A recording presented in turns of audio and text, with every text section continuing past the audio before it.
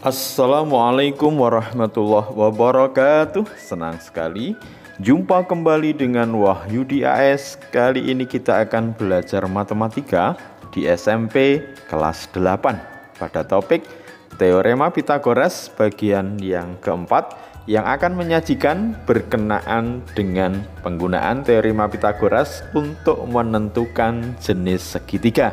Silahkan disimak dari awal hingga akhir agar pemahaman kalian utuh, dan jangan lupa like, share, subscribe, dan bunyikan loncengnya.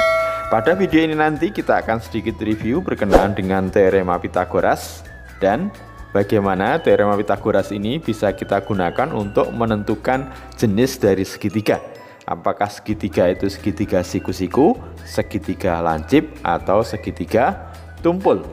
Serta nanti akan kita gunakan untuk menyelesaikan beberapa permasalahan terkait dengan jenis-jenis segitiga.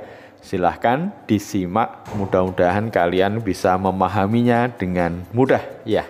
Oke, sedikit review berkenaan dengan Teorema Pitagoras ya. Pada segitiga siku-siku ABC ini, C adalah sudut siku-siku, di mana nanti sisi di hadapannya panjangnya C, sementara sisi di hadapan sudut A adalah A kecil, dan sisi di hadapan sudut B adalah panjangnya B kecil.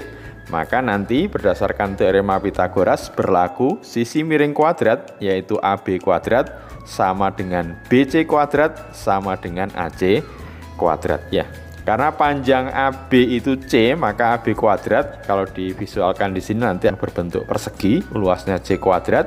Sementara BC kuadrat itu luasannya A kuadrat, dan AC kuadrat itu B kuadrat ya, sehingga nanti berlaku C kuadrat sama dengan A kuadrat plus B kuadrat. Nah, dan juga bisa juga kalau yang ditanyakan A, maka A kuadrat sama dengan C kuadrat min B kuadrat. Kalau yang ditanyakan B, maka B kuadrat sama dengan C kuadrat min A kuadrat. Ya, sekarang bagaimana Teorema Pitagoras ini bisa kita gunakan untuk menentukan jenis dari segitiga. Tentu dengan kita mencari hubungan antara nilai C kuadrat atau sisi miring atau sisi terpanjang kuadrat dengan penjumlahan kuadrat dari dua sisi yang lainnya ya, A kuadrat plus B kuadrat. Sehingga nanti kita dapat menentukan apakah suatu segitiga itu segitiga siku-siku atau tidak. Jadi sekali lagi, dengan melihat hubungan antara sisi miring kuadrat atau C kuadrat dengan jumlahan kuadrat dari dua sisi yang lain, yaitu A kuadrat ditambah B kuadrat, maka akan bisa kita gunakan untuk menentukan suatu segitiga merupakan segitiga siku-siku atau tidak. Nah, sekarang kita coba cari hubungan C kuadrat dengan A kuadrat ditambah B kuadrat. Sebagaimana perumusan di Teorema Pitagoras, kalau C kuadrat sama dengan A kuadrat plus B kuadrat, maka segitiganya adalah segitiga siku-siku dengan sisi terpanjangnya adalah sisi terpanjangnya adalah C atau sisi miringnya C. Jadi sisi di hadapan sudut siku-sikunya adalah sisi miring, yaitu C. Jadi kalau C kuadrat sama dengan A kuadrat plus B kuadrat, maka segitiganya segitiga siku-siku. Nah, kalau misalkan C kuadratnya ternyata lebih besar dari A kuadrat plus B kuadrat, nah kira-kira yang terbentuk segitiga apa? Tentu bukan segitiga siku-siku ya. Nah, coba perhatikan, kalau C-nya ini makin panjang, nah, tentu sudut bukanya akan semakin lebar. Nah, tentu kalau semakin lebar, sudutnya lebih dari 90 derajat. Dikatakan sudutnya nanti sudut tumpul. Jadi kalau ada suatu segitiga, salah satunya merupakan sudut tumpul, maka dikatakan segitiganya segitiga tumpul. Ya, jadi segitiga ini adalah segitiga tumpul, sementara ini adalah segitiga siku-siku. Jadi untuk C kuadrat lebih dari A kuadrat plus B kuadrat, maka dikatakan segitiganya segitiga tumpul.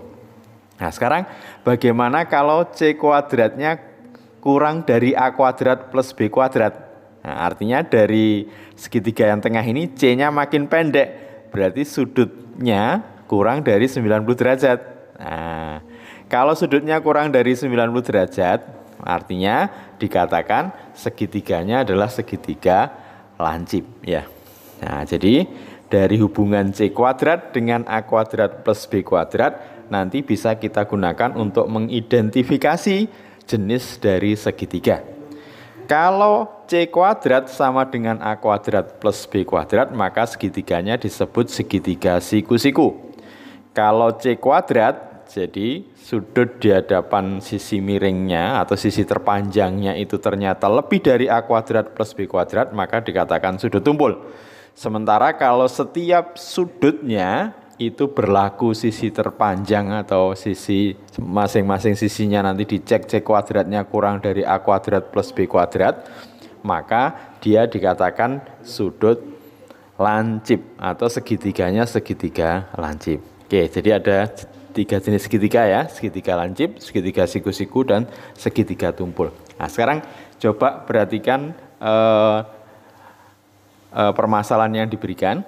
Tentukan jenis segitiga berikut jika sisi-sisinya adalah, ada 3 jenis ya, yang 3 sisinya diketahui. Kita mulai dari yang A, sisi-sisinya adalah 4, 7, dan 10. Maka langkah pertama yang bisa kita lakukan adalah kita identifikasi sisi terpanjangnya terlebih dahulu. Nah, tentu sisi terpanjangnya adalah 10. Maka ini nanti yang bertindak sebagai C ya. Jadi C sama dengan 10. Maka tentu 4 itu nanti A, 7 adalah B ya. Sekarang kita cek C kuadrat dan A kuadrat plus B kuadrat. Nah, tentu C kuadrat sama dengan 10 kuadrat sama dengan 100.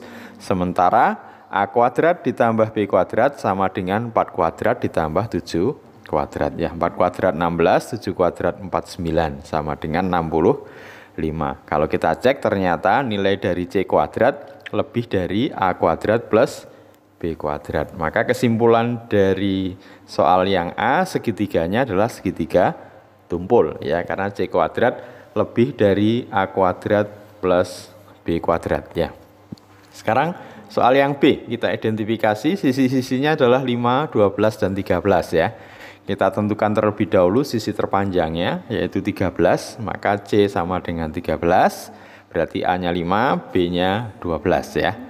Kemudian kita cek C kuadrat, tentu 13 kuadrat 169. Kemudian A kuadrat ditambah B kuadrat, berarti 5 kuadrat ditambah 12 kuadrat. 5 kuadrat 25, 12 kuadrat 144 ya. Kalau dijumlahkan sama dengan 169. Ternyata nilai C kuadrat sama dengan A kuadrat plus B kuadrat, yaitu 169. Ya, kesimpulannya berarti ya, segitiga di permasalahan yang B adalah segitiga siku-siku ya. Oke, berikutnya yang C, panjang sisinya 6, 9, dan 10 ya. Kalau kita identifikasi sisi terpanjangnya adalah 10, maka C-nya 10, A-nya 6, B-nya 9 ya.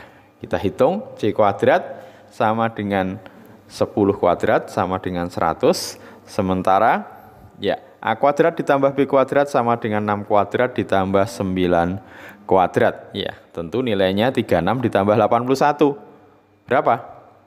117. Nah, maka kalau kita cek ya, nilai dari C kuadrat kurang dari A kuadrat plus B kuadrat.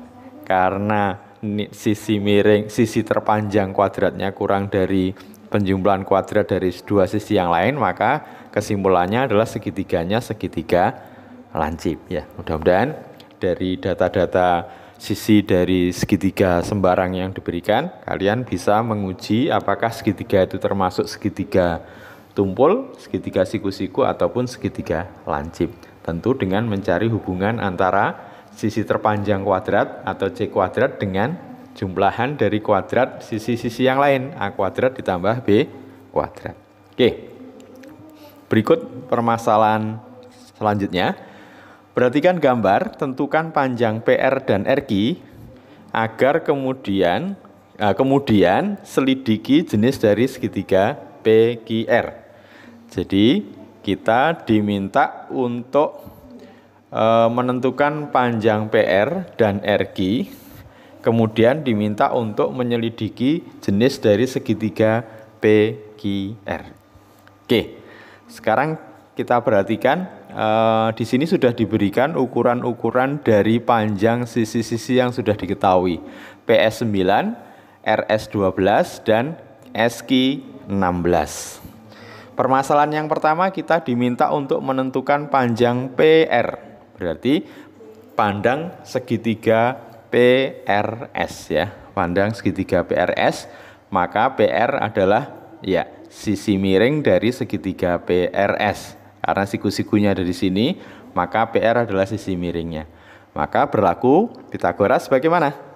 Ya, tentu sisi miring kuadrat atau PR kuadrat sama dengan PS kuadrat ditambah SR kuadrat. Nah, kita masukkan ya, PS-nya 9, 9 kuadrat ditambah SR-nya 12, 12 kuadrat ya. 9 kuadrat 81, 12 kuadrat 144.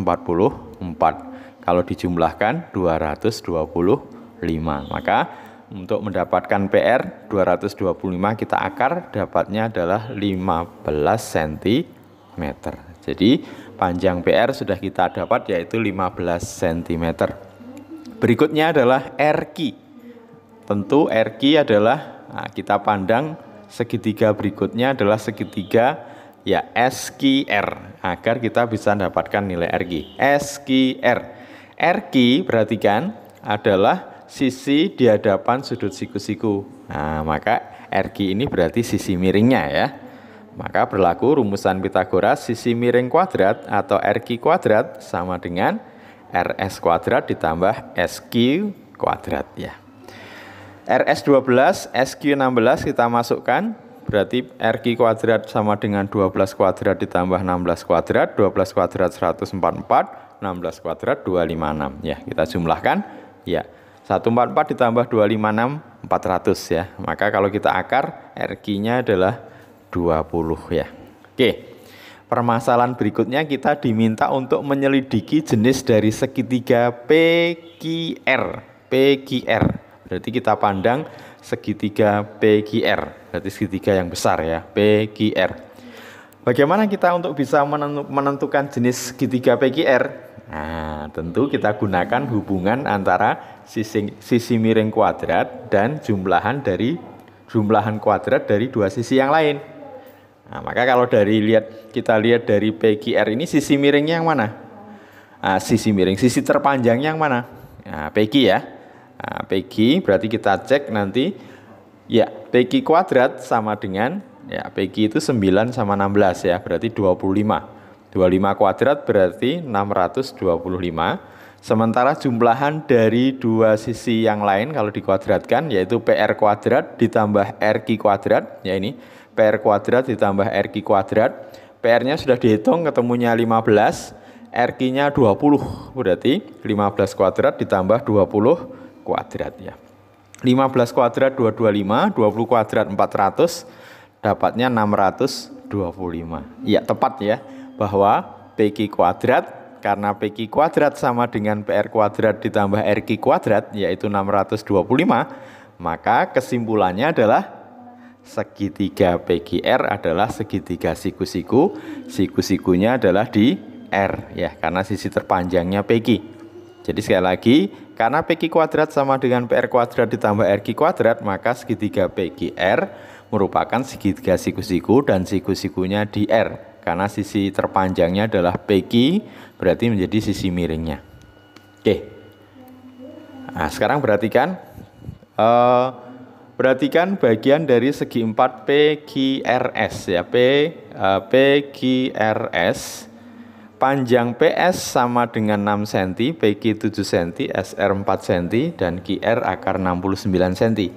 Selidiki apakah segitiga QSR sama dengan 90 derajat ya, QSR. Nah, kita harus uji ini ya. Oke, kita masukkan datanya dulu. PS sama dengan 6, PQ sama dengan 7, PQ-nya 7, SR sama dengan 4 ya. Kemudian QR sama dengan akar 69. Nah, nanti kita diminta untuk mengecek apakah sudut dari QSR ini 90 derajat. Nah, kita amati bahwa sisi dari segitiga QSR itu yang belum ada adalah QS. Nah, maka QS bisa kita cari dari segitiga QPS ya. Nah, pandang segitiga QPS atau PQS. Ya, untuk mendapatkan QS sebelum kita uji sudut QSR 90 derajat atau tidak. Oke, kita amati bahwa siku-sikunya di P, QS itu sisi di hadapan sudut siku-siku. Nah, berarti QS merupakan sisi miringnya ya. Maka berlaku nanti QS kuadrat sama dengan QP kuadrat ditambah PS kuadrat. Kita masukkan 7 kuadrat ditambah 6 kuadrat berarti 49 ditambah 36 ya. QS kuadrat sama dengan 85 ya. Kita tidak perlu untuk mencari akarnya karena nanti kita akan uji dari segitiga itu menggunakan bentuk kuadrat ya. Ya, sekarang pandang segitiga QRS, kita ingin menentukan nanti apakah sudut dari S ini atau QSR itu 90 derajat. Jadi kalau kita asumsikan ini 90 derajat, maka sisi miringnya adalah atau sisi terpanjangnya adalah QR atau C-nya adalah QR. Kita uji ya. Oke, sekarang berarti QR kuadrat kita cari. QR kuadrat itu berarti akar 69 dikuadratkan berarti 69. Sementara jumlahan dari QS kuadrat ya, QS kuadrat dan SR kuadrat sama dengan, nah tadi QS kuadrat sudah kita hitung yaitu 85, RS-nya 4 kuadrat, nah 16 ya. Kalau dijumlah hasilnya 101. Nah, berarti kalau kita bandingkan QR kuadrat dan PQ kuadrat ditambah PS kuadrat, ternyata QR kuadrat kurang dari PQ kuadrat plus PS kuadrat. Anggap aja QR ini sisi di hadapan sudut yang kita uji itu C kuadrat ya, kurang dari A kuadrat plus B kuadrat. Maka kesimpulannya apa kalau kurang? C kuadratnya kurang dari A kuadrat plus B kuadrat. Ya, segitiganya bukan segitiga siku-siku atau sudut dari QSR itu tidak 90 derajat, melainkan kurang dari 90 derajat alias QSR sudutnya lancip ya. Oke, mudah-mudahan bisa dipahami dengan baik ya. Tetap semangat belajar matematika. Sampai ketemu pada video berikutnya. Terima kasih. Wassalamualaikum warahmatullahi wabarakatuh.